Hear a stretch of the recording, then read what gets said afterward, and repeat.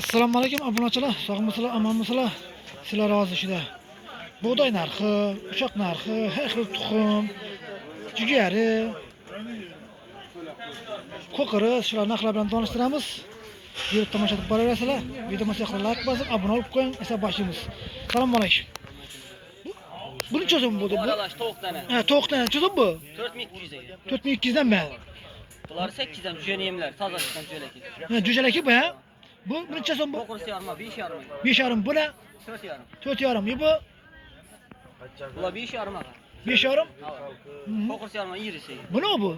Bu F1 degan jo'laki. Jo'jalaki bu. Necha so'm bu? 8.000 so'm. Kilosi mi? Bendekilar. Bu ne vardı bu? Bu yo'rincha tuxum ekan. Yo'rincha tuxum ekan, obunachilar. Necha so'm bu? 50.000 so'm.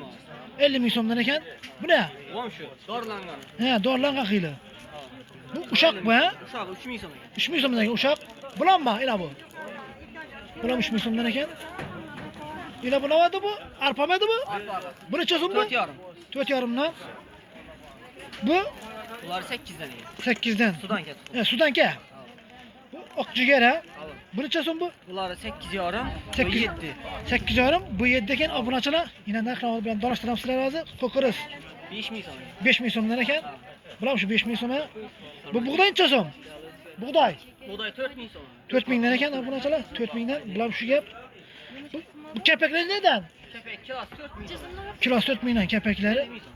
Bu talqanda 7dan mi? 7dan ekan obunachilar. Narxlar bilan tanishtirdik. Videomizni yakunlaymiz. Sog' bo'ling, omon bo'ling. Videomizni yoqsa like bosing, obuna bo'lib qo'ying. Kerak odamlarga jo'natib qo'ying.